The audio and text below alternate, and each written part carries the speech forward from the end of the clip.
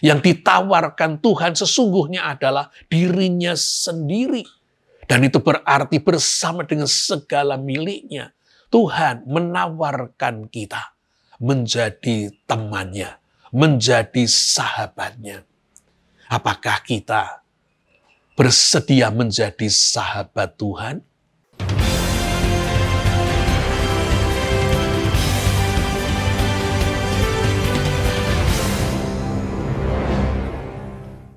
Shalom Bapak Ibu, Saudara-saudari, selamat bergabung kembali bersama dengan saya dalam seri Walking with God. Kali ini saya mengajak Bapak Ibu untuk melihat Musa berjalan bersama dengan Allah. Apabila Bapak Ibu tidak berkeberatan, silahkan subscribe, juga tekan tanda lonceng, dan apabila Bapak Ibu merasa mendapatkan berkat, silahkan di-share kepada teman-teman yang lain. Mengawali acara kita ini, mari saya ajak untuk berdoa. Ya Tuhan Allah yang kami kenal, kami sembah di dalam diri Tuhan Yesus Kristus. Tuhan yang menjadi pencipta, pemelihara, dan penyelamat hidup kami. Tuhan yang memiliki rancangan yang terbaik atas setiap kami. Bantulah kami untuk sampai kepada rancangan Tuhan yang terbaik. Apabila kami membaca dan merenungkan sebagian dari firman Tuhan, terangilah hati dan pikiran kami, anugerahilah kami dengan hikmat dan pewahyuan. Tolonglah alat yang menjadi perantaraan firman, layakkan, kuduskan, dan mampukanlah ia untuk dapat menyampaikan seturut dengan kehendak Tuhan. Tetapi juga tolonglah supaya kata-katanya dapat kami ikuti dan kami mengerti. Di dalam nama Tuhan kami yang hidup, Tuhan Yesus Kristus, Sang Firman yang sudah menjadi Sang Manusia, Kepala, Pemimpin, dan Raja kami. Kami berdoa dan memohon. Terima kasih. Amin. Mari terlebih dahulu kita membaca Kitab Keluaran pasal yang ke-33, ayat 15 dan ayat yang ke-16. Keluaran 33, ayat 15 dan 16 dituliskan demikian. Berkatalah Musa kepadanya, "Jika engkau sendiri tidak membimbing kami, janganlah suruh kami berangkat dari sini. Dari manakah gerangan akan diketahui bahwa aku telah mendapat kasih karunia di hadapanmu, yakni aku dengan umatmu ini? Bukankah karena engkau berjalan bersama-sama dengan kami, sehingga kami, aku dengan umatmu ini, dibedakan dari segala bangsa yang ada di muka bumi." Apabila pada seri yang pertama kita telah mengikuti Abram berjalan bersama dengan Allah, pada kali ini kita mengikuti Musa diundang berjalan bersama dengan Allah. Ayatnya di dalam Keluaran 33 tadi, ayat yang ke-16. Bukankah karena engkau berjalan bersama-sama dengan kami? Kata berjalan bersama-sama dengan kami adalah kata yang sesungguhnya kita kenal dan mungkin juga kita ucapkan, yaitu kata sinhodos. Sinode. Gereja-gereja bersinode. Berarti gereja-gereja berjalan bersama. Bapak Ibu, saudara-saudara yang dikasihi oleh Tuhan Yesus Kristus, kemana Musa diperintahkan Tuhan untuk membawa bangsa Israel keluar dari Mesir? Apakah ke tanah Kanaan yang dikatakan berlimpah-limpah dengan susu dan madunya? Ternyata bukan. Ketika Tuhan menjumpai Musa di padang gurun Midian, Tuhan mengatakan kepada Musa, "Apabila engkau telah membawa bangsa ini keluar dari Mesir, maka kamu akan beribadah kepada Allah di gunung ini." Keluaran pasal yang ketiga ayat yang ke-12b. Demikian juga pada waktu Musa menghadap Firaun, Musa mengatakan, "Allah orang-orang Ibrani telah menemui kami. Izinkanlah kiranya kami pergi ke padang gurun. 3 hari perjalanan jauhnya untuk mempersembahkan korban kepada Tuhan Allah kami. Kitab Keluaran pasal yang kelima ayat yang ketiga. Dan sekali lagi muncul di dalam kitab Keluaran pasal yang ke-19 ayat yang keempat, kata-kata Tuhan sendiri. Kamu sendiri telah melihat apa yang kulakukan kepada orang Mesir dan bagaimana aku telah mendukung kamu di atas sayap Raja Wali dan membawa kamu kepadaku. Bangsa Israel dikeluarkan dari Mesir bukan untuk dibawa langsung ke tanah Kanaan, tetapi untuk dibawa kepada Tuhan. Apabila bangsa Israel dikeluarkan dari Mesir, Mesir negeri penuh dengan dewa-dewi, langsung dibawa ke Kanaan, negeri dengan banyak penyembahan berhala, Baal dan Asyera. Bangsa Israel hanya akan terpengaruh lebih banyak dewa-dewi dan berhala-berhala. Tuhan hendak menjadikan bangsa Israel sebagai umat-Nya. Oleh karena itu Tuhan ingin supaya bangsa Israel mengenal dirinya. Dan karena itulah bangsa Israel dibawa terlebih dahulu kepada Tuhan. Dan di atas gunung Horeb, gunung Sinai, Tuhan bermaksud untuk memperkenalkan dirinya. Apabila kita membaca pada saat Tuhan turun di atas gunung Horeb atau gunung Sinai, Tuhan turun dengan gegap gempita, dengan suara sangkakala yang bersaut-sautan, dengan gempa bumi, asap, halilintar, petir. Tuhan turun sedemikian rupa dengan maksud untuk menguburkan, untuk menenggelamkan citra dewa-dewi yang ada di Mesir maupun kelak berhala-berhala yang ada di tanah Kanaan. Supaya bangsa Israel hanya menyembah kepada Tuhan. Tetapi bangsa Israel tidak menangkap maksud Tuhan. Dan karena itu ketika bangsa Israel diundang untuk naik ke atas gunung Horeb atau Sinai, bangsa Israel tidak mau naik, tidak mau mendekat. Mereka takut mati. Bangsa Israel tidak mengalami seperti Musa yang naik ke atas gunung Horeb, gunung Sinai. Melihat Tuhan dalam segala kegemilangannya, kemuliaannya, kekudusannya. Musa dikuduskan oleh Tuhan. Tetapi bangsa Israel menolak, menghindar, dan tidak mengalami apa yang dialami oleh Musa, dikuduskan oleh Tuhan. Sehingga bangsa Israel telah dikeluarkan dari Mesir secara fisik, tetapi ternyata bangsa Israel belum bebas dari pengaruh Mesir, dari roh-roh Mesir, sehingga dapat kita katakan Tuhan telah mengeluarkan bangsa Israel dari Mesir, tetapi orang-orang Israel sendiri belum mengeluarkan Mesir dari dalam diri mereka. Itulah sebabnya bangsa ini terus-menerus tidak mau tunduk kepada Tuhan, tidak mau percaya kepada Tuhan, melawan Tuhan, dan dalam hal ini melawan Musa. Roh Mesir yang masih ada di dalam diri mereka paling kelihatan ketika Musa diundang Tuhan naik ke atas gunung Horeb. Dan Musa lama berada di sana, berhari-hari, berminggu-minggu. Sehingga bangsa Israel berpikir Musa pasti mati di atas gunung Horeb. Bagaimana mungkin dia berhari-hari tanpa makan dan mungkin tanpa minum. Lalu mereka memaksa Harun untuk membuat sosok yang lain sebagai pengganti Musa, memimpin perjalanan mereka lebih lanjut. Dan kemudian oleh Harun dibuatlah anak patung lembu dari emas. Dan dengan cepat dan dengan aklamasi bangsa Israel menerima anak patung lembu emas ini sebagai sosok pengganti Musa. Dan bahkan mereka mengatakan inilah Allah yang telah menuntun kita dari Mesir. Dan bahkan kemudian mereka mengadakan upacara, perayaan, mempersembahkan korban kepada anak patung lembu emas. Dan bahkan anak patung lembu emas ini kemudian disembah mereka.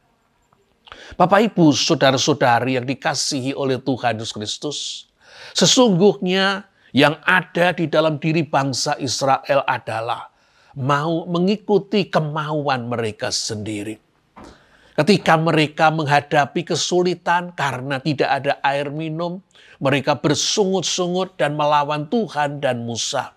Ketika mereka menginginkan daging, bosan dengan roti mana, mereka melawan Tuhan dan melawan Musa. Demikian juga dalam kesulitan-kesulitan yang lain. Apa yang sesungguhnya menjadi isi hati bangsa Israel ini? Di dalam dua bagian firman Tuhan kita menemukan Keluaran pasal 14 ayat yang ke-12. Bukankah ini telah kami katakan kepadamu di Mesir, jangan mengganggu kami, dan biarlah kami bekerja pada orang Mesir, sebab lebih baik bagi kami. Saya ulangi, sebab lebih baik bagi kami untuk bekerja pada orang-orang Mesir daripada mati di padang gurun ini. Sekali lagi dalam Bilangan pasal yang ke-14 ayat yang ketiga. Mengapakah Tuhan membawa kami ke negeri ini supaya kami tewas oleh pedang? Bukankah lebih baik kami pulang ke Mesir? Yang mereka cari adalah yang lebih baik bagi kami.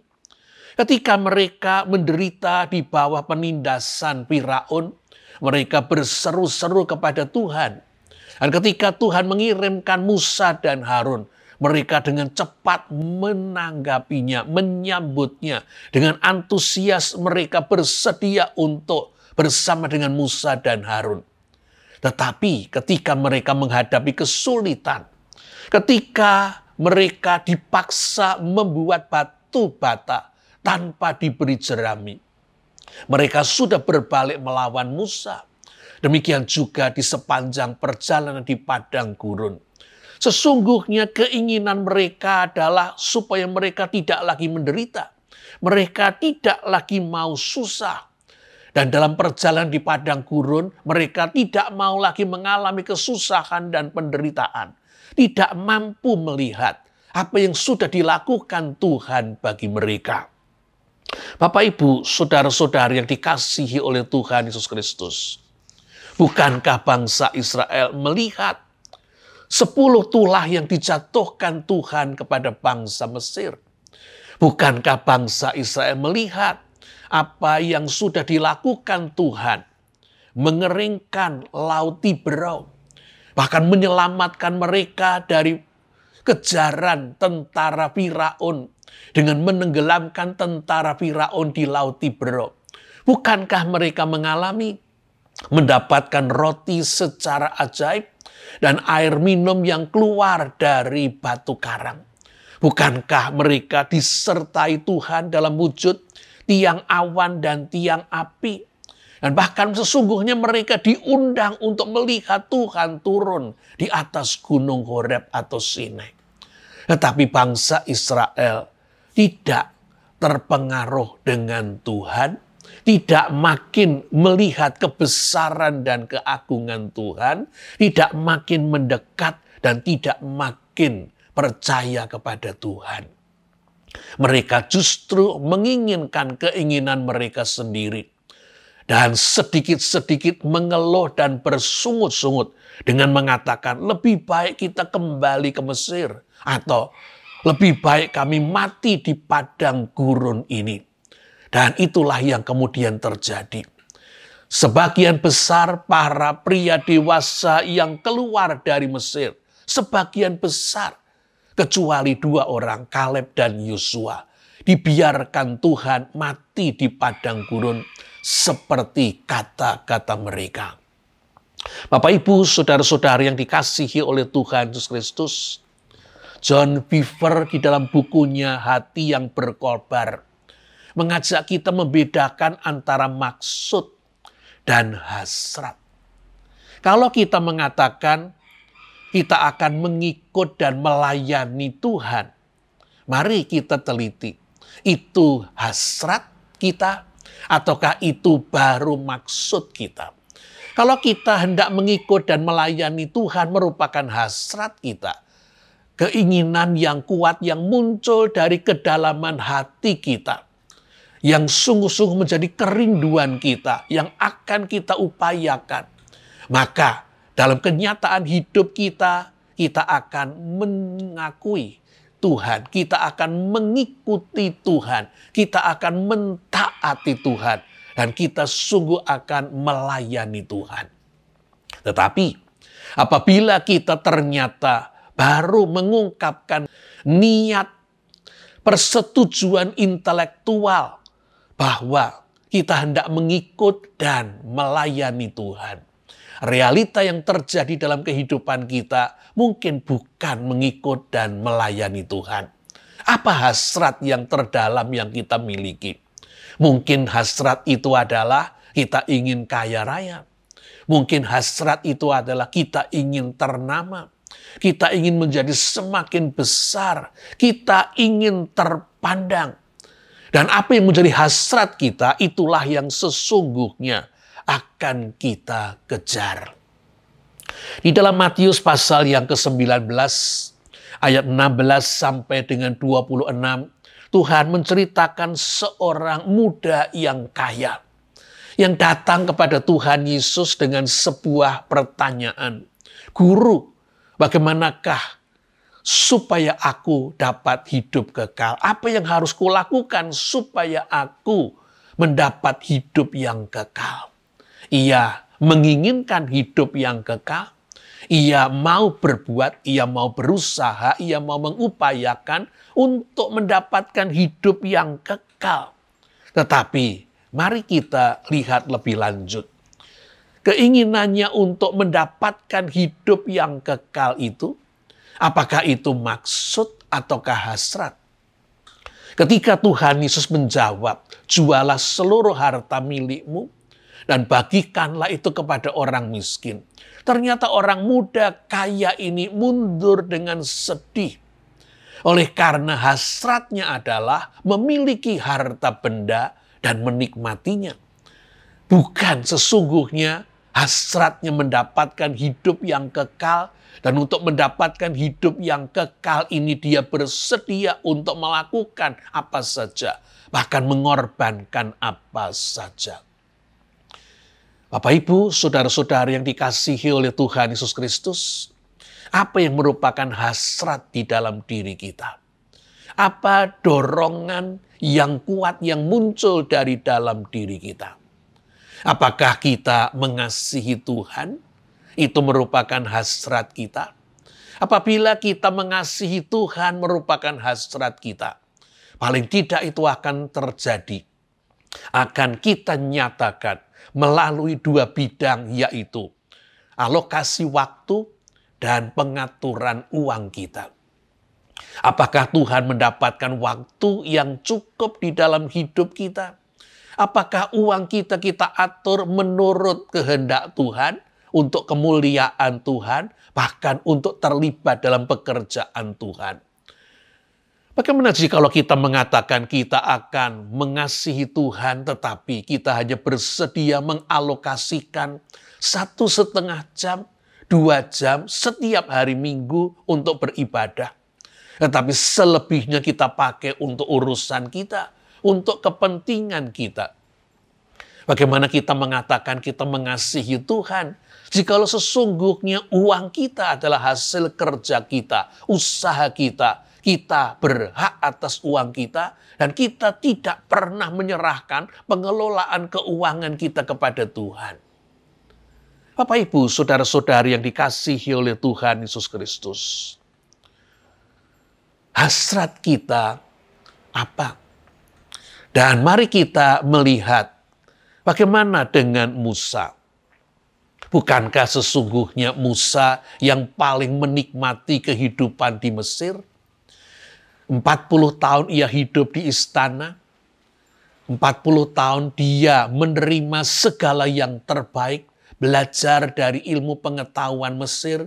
Mendapatkan segala keterampilan di Mesir. Ia hidup sebagai putri, anak putri Firaun. Sabdo Pandito Ratu. Kata-katanya harus ditaati. dan terjadi.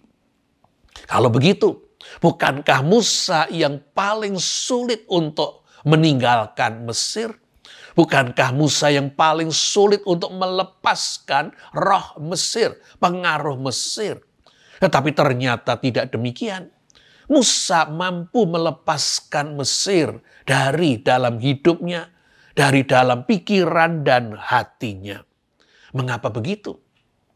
Mengapa bangsa Israel yang justru menderita di dalam kehidupan mereka di Mesir? Puluhan tahun, bahkan mungkin seumur hidup mereka menderita di Mesir. Tidak mampu melepaskan roh Mesir, pengaruh Mesir. Tetapi Musa mampu melepaskan roh Mesir. Bisa jadi, dan ini menjadi keyakinan saya. Oleh karena Musa mengalami dikosongi oleh Tuhan. Ketika pada usia 40 tahun Musa menawarkan dirinya untuk menyelamatkan bangsanya menjadi juru selamat. Tetapi bangsanya menolak. Dan Tuhan pun tidak mendukung.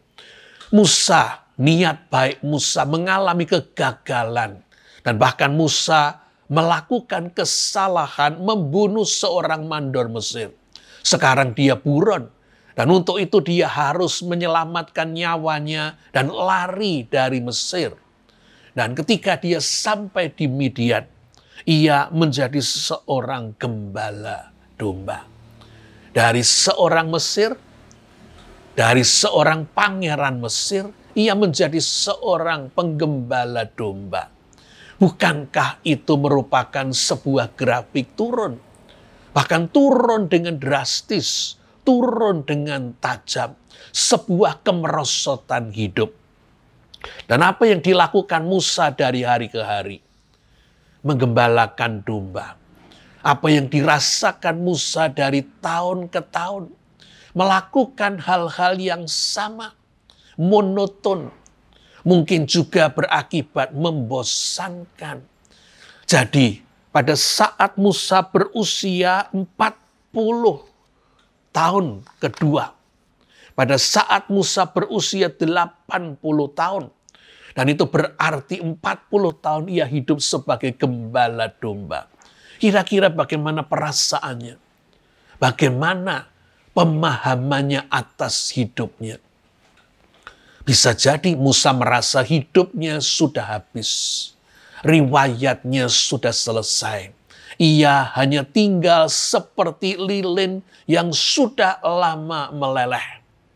Dan tinggal nyala terakhir, dia tinggal menunggu kematiannya. Seorang kakek yang tinggal menunggu saat akan dipanggil pulang Tuhan. Tetapi apakah demikian? Apakah Tuhan menyia-nyiakan kehidupan Musa yang ia selamatkan pada waktu bayi supaya tidak dibunuh Firaun? Yang ia peliharakan selama 40 tahun supaya hidup. Dan bahkan Tuhan dengan bergurau menempatkan Musa di istana Firaun. Di bawah hidung Firaun. Hidup dari biaya hidup istana Firaun. Ketika Musa 40 tahun mau menyelamatkan bangsanya. Musa terlalu yakin dengan kemampuannya sendiri. Musa tidak mencari Tuhan. Musa tidak mendapatkan restu dari Tuhan. Dan 40 tahun berikutnya di padang Midian. Sesungguhnya Tuhan sedang melemahkan Musa.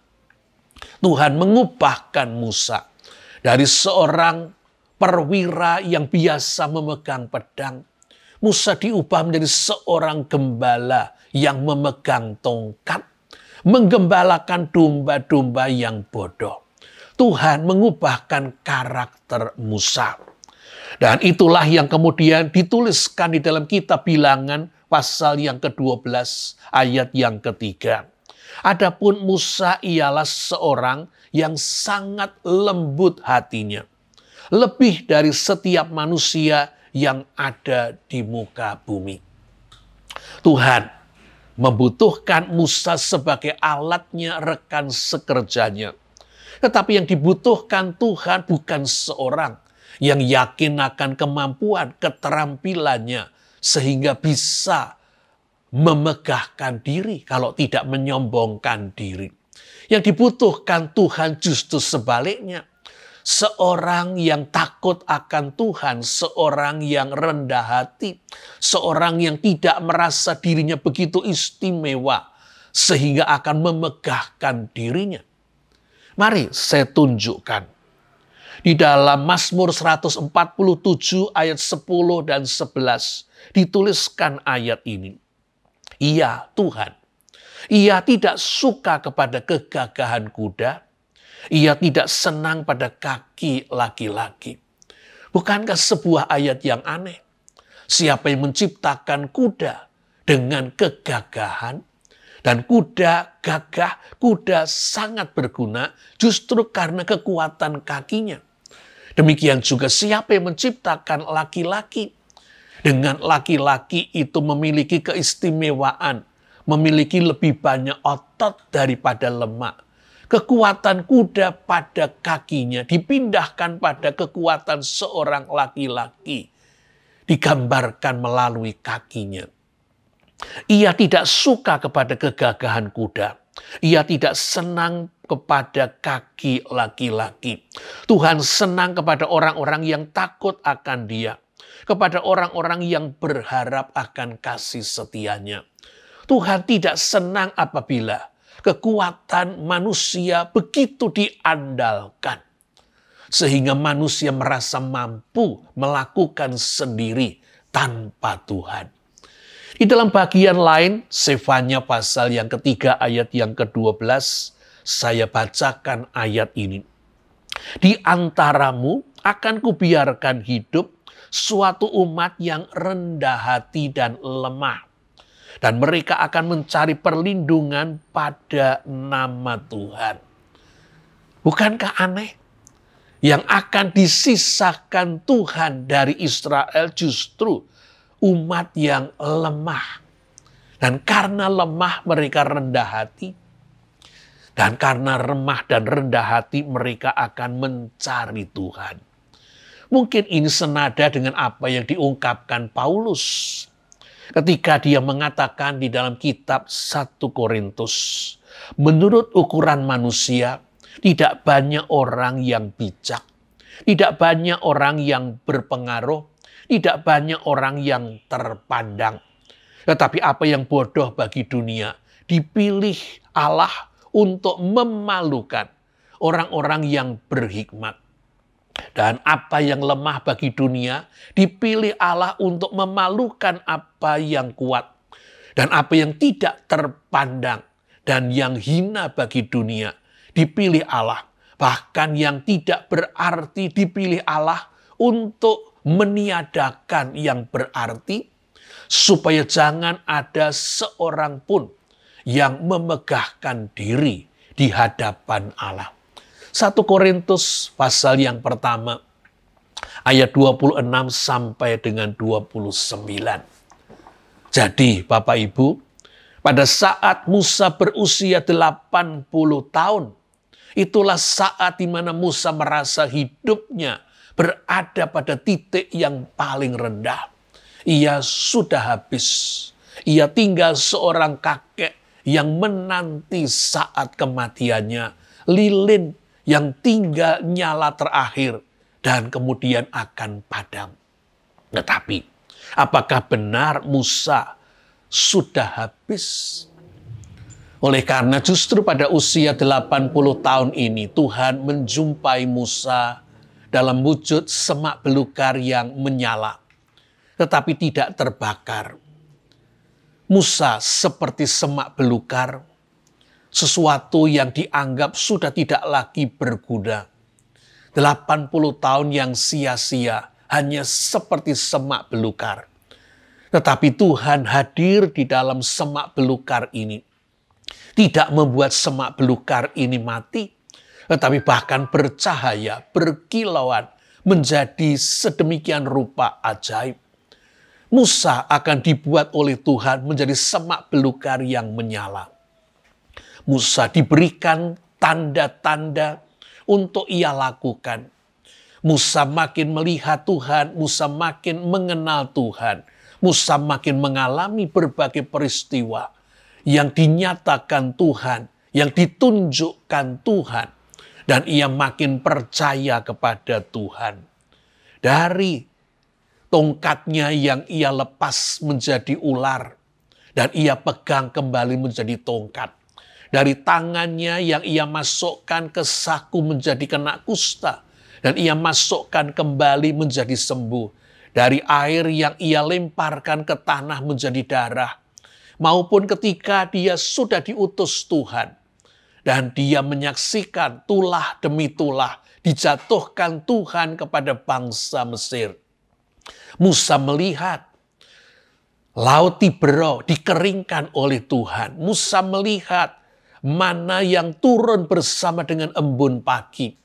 Bukit batu yang mengeluarkan air untuk menjadi minum bagi bangsa Israel. Musa menyaksikan tiang awan, tiang api, dan bahkan terlebih daripada itu. Musa menyaksikan ketika Tuhan mengizinkan ia naik ke atas gunung Horeb Sinai. Menyaksikan kekudusan Tuhan, kemuliaan Tuhan, keagungan Tuhan, kebesaran Tuhan. Bapak, Ibu, saudara-saudari yang dikasihi oleh Tuhan Yesus Kristus, Tuhan tidak pernah salah. Tuhan tidak memboroskan 40 tahun atau 80 tahun kehidupan Musa. Oleh karena Musa diberikan kesempatan supaya hidup 40 tahun di Mesir, tetapi Musa dikuduskan oleh Tuhan dengan menjadi seorang gembala domba. Sehingga baru pada usia 80 tahun, Musa dapat dipakai Tuhan menjadi alatnya, rekan sekerjanya. Jadi, hidup Musa justru baru mulai pada usia 80 tahun. Berapa lama Musa diizinkan Tuhan untuk hidup?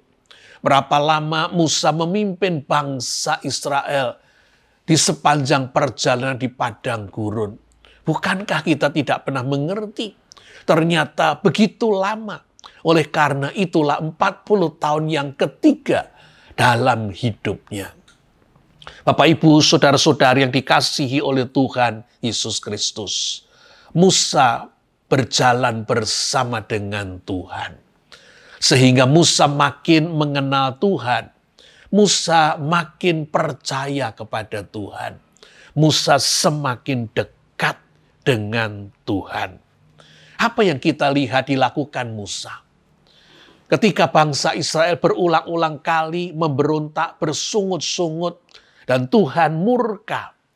Termasuk ketika bangsa Israel membuat anak patung lembu emas sebagai wujud dari Tuhan. Bukankah Musa yang meredakan kemarahan Tuhan? Musa yang mencoba melunakkan hati Tuhan. Ketika Tuhan menolak untuk berjalan menyertai bangsa Israel, Tuhan bahkan akan membunuh seluruh bangsa Israel. Musa yang mengingatkan Tuhan, mengapa murkamu bangkit terhadap umatmu yang telah kau bawa keluar dari tanah Mesir?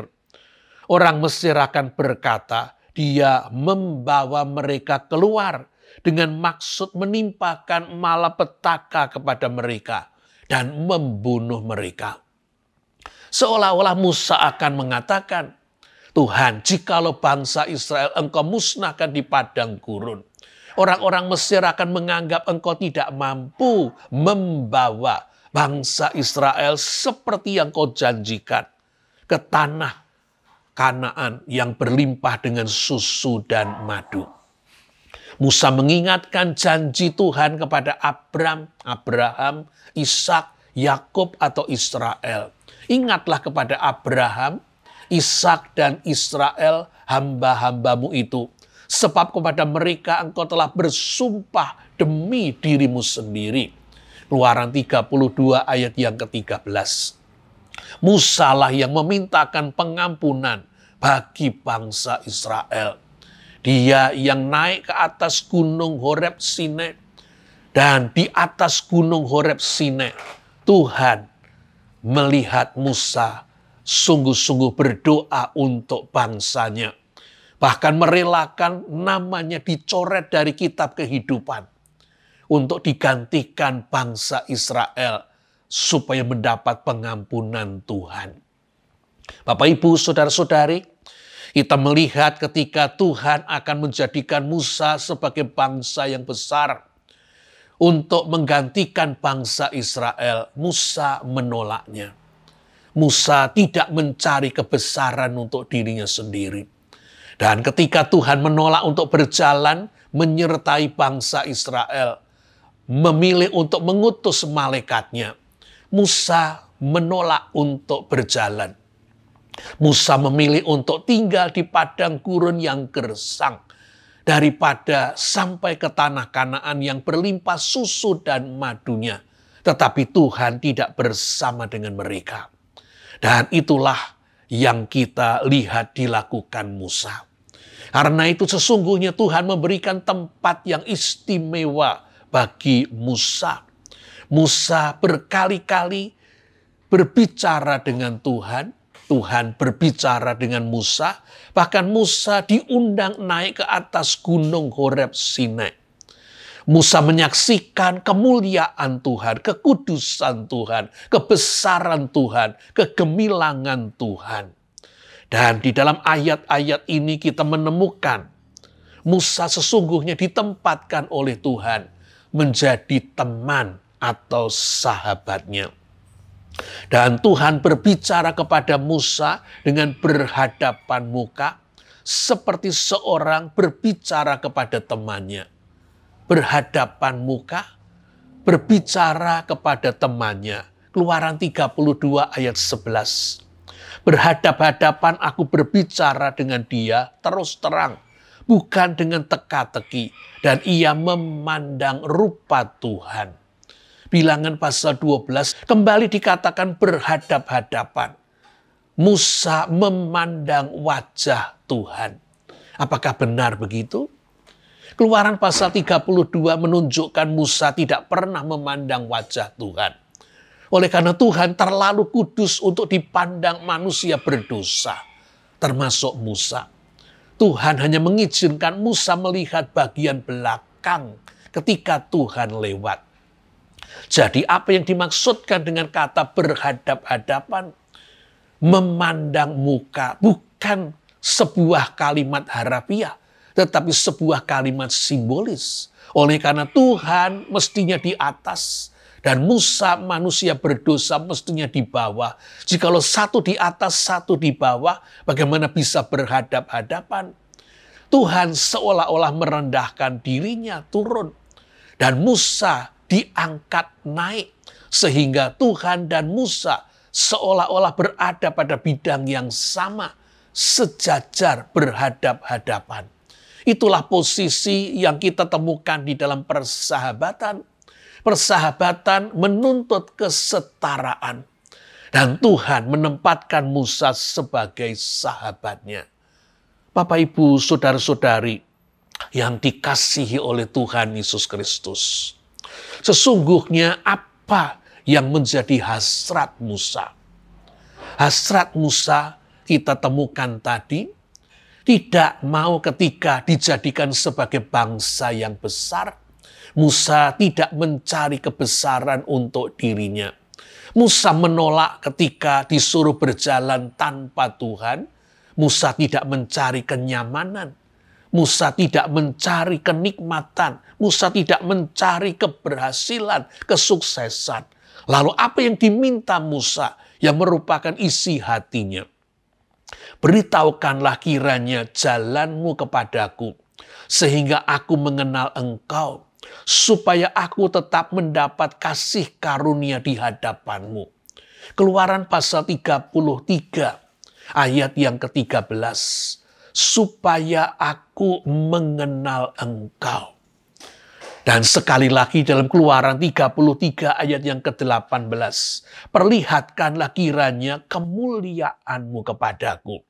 Hasrat atau pengejaran yang ada di dalam diri Musa adalah menjadi sahabatnya Tuhan. Makin dekat dengan Tuhan, makin mengenal Tuhan. Tuhan lebih berharga daripada apapun. Dan agaknya hal ini juga kita temukan di dalam diri tokoh perjanjian baru yang mungkin bisa kita setarakan dengan Musa, yaitu Rasul Paulus. Kata Rasul Paulus, tetapi apa yang dahulu merupakan keuntungan bagiku, sekarang kuanggap rugi karena Kristus. Malahan segala sesuatu kuanggap rugi karena pengenalan akan Kristus Yesus Tuhanku. Lebih mulia daripada semuanya. Oleh karena dialah aku telah melepaskan semuanya itu dan menganggapnya sampah, supaya aku memperoleh Kristus dan berada di dalam Dia. Keinginan Rasul Paulus sama seperti keinginan Musa. Mengalami Tuhan, bersama dengan Tuhan, mendapatkan yang terbaik, yaitu diri Tuhan sendiri. Bapak, Ibu, saudara-saudari yang dikasihi oleh Tuhan Yesus Kristus, di dalam cerita lama diceritakan tentang seorang istri pendeta yang bernama Susana. Suaminya seorang pendeta Anglikan yang bernama Samuel. Seorang pendeta yang keras, seorang pendeta yang dingin, sehingga tidak disukai oleh jemaatnya, bahkan seringkali berbenturan dengan jemaatnya. Gajinya begitu kecil, sehingga pendeta Samuel ini seringkali berhutang, dan bahkan pernah menjadi urusan sehingga ia dimasukkan penjara, dan meninggalkan istrinya bersama dengan 10 anak, harus hidup tanpa kehadiran sang suami. Mereka tinggal di sebuah rumah pastori, tetapi karena perselisihan dengan jemaat, rumah pastori ini pernah dibakar sehingga rata dengan tanah. Suami istri yang sama-sama keras, sama-sama berargumentasi, sehingga ketika pendeta Samuel berdoa untuk Raja Inggris dan istrinya tidak berkata amin, pendeta Samuel marah terhadap istrinya, oleh karena istrinya merasa bahwa raja yang ada saat itu tidak pantas menjadi raja. Itu membuat suami istri ini kemudian berpisah tidur sampai sang Raja Inggris kemudian meninggal. Penderitaan demi penderitaan dialami oleh Ibu Susana. Ia mengalami sakit, ia mengalami keletihan dalam kesusahan membesarkan anak-anak, dan bahkan anak-anaknya sebagian kemudian memberontak. Dan apa yang bisa kita katakan untuk hidupnya? Bukankah ia sepertinya hanya menderita dan menderita dan menderita? Tetapi ia memiliki 2 orang anak yang kemudian membuat nama ibu ini menjadi ibu yang diagungkan. Oleh karena kedua anaknya adalah penginjil, adalah 2 orang yang mengguncang dunia, 2 orang yang menimbulkan kebangunan rohani yang besar, John Wesley dan Charles Wesley. Sehingga kalau kita memberi nama lengkap kepada sang suami, nama suami adalah Samuel Wesley. Dan Ibu Susana Ansley ini adalah istri dari Samuel Wesley. Walaupun hidupnya mengalami banyak penderitaan, tetapi membesarkan anak-anak, terutama 2 orang anak John Wesley dan Charles Wesley, menjadi berkat yang sangat besar bagi Inggris. Tetapi agaknya meluas, bukan hanya Inggris. Tuhan mengosongi, tetapi Tuhan tidak pernah meninggalkan dalam keadaan kosong. Bapak, Ibu, saudara-saudari yang dikasihi oleh Tuhan Yesus Kristus, apa hasrat dan keinginan kita? Apa hasrat kita yang paling besar, paling kuat, paling dalam? Adakah kita menyadari? Adakah hasrat itu untuk mengenal Tuhan dan untuk melayani Tuhan? Celakalah kita Maafkan istilah yang saya pakai. Celakalah kita jika kita hidup selama ini lancar, baik dan bahkan bergelimang kenyamanan, kekayaan, keberhasilan, sehingga kita ini boleh dikatakan mendapatkan kebesaran. Oleh karena hidup yang lancar, hidup yang berhasil, hidup yang besar, hidup yang berlimpah-limpah, tidak membuat kita merasa membutuhkan Tuhan. Kita bisa melakukan segala sesuatu sendiri. Kita bisa melakukan segala sesuatu dengan kemampuan dan daya kita sendiri. Kita tidak mencari Tuhan. Tetapi apabila yang terjadi dalam kehidupan kita justru kebalikannya. Kita mengalami banyak kegagalan. Kita mengalami banyak kemacetan. Kita banyak mengalami kebuntuan. Hidup kita ini sepertinya jatuh, menukik tajam, bahkan mungkin sampai di titik terendah. Saya akan mengatakan sesuai dengan firman Tuhan, berbahagialah kita yang dalam keadaan seperti itu. Oleh karena bisa jadi Tuhan mengizinkan semuanya itu. Oleh karena Tuhan ingin menarik perhatian kita, supaya kita tidak mengandalkan diri kita. Karena memang tidak ada yang bisa kita andalkan. Supaya kita melihat ke sekeliling kita, mencari pertolongan. Dan terutama supaya kita mencari Tuhan. Meminta pertolongan Tuhan. Dan kita akan melihat Tuhan yang senantiasa ada di depan kita. Mengulurkan tangannya. Sesungguhnya kadang-kadang Tuhan mengosongi kita, tetapi jangan salah mengerti sehingga kita menjadi marah. Jangan salah mengerti karena maksud Tuhan mengosongi kita adalah oleh karena Tuhan ingin mengisi hidup kita. Bagaimana mungkin jikalau tangan kita ini penuh memegang barang, kita bisa menerima apa yang diulurkan Tuhan kepada kita? Bukankah barang di tangan kita mesti kita letakkan?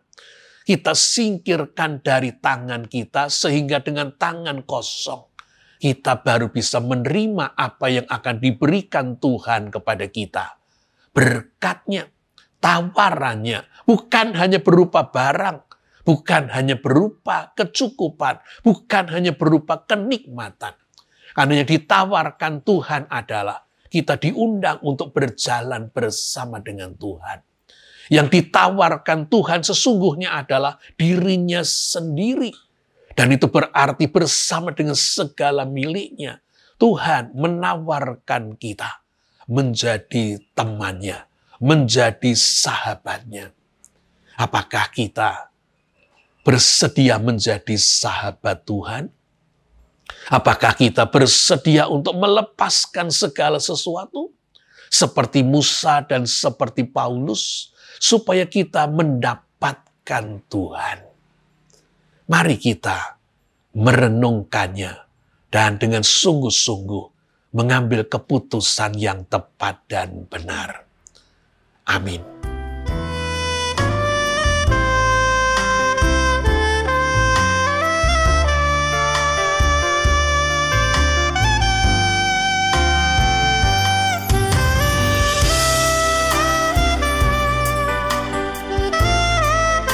Tuhan memberkati Bapak, Ibu, Saudara-saudari. Sampai bertemu pada episode yang ketiga.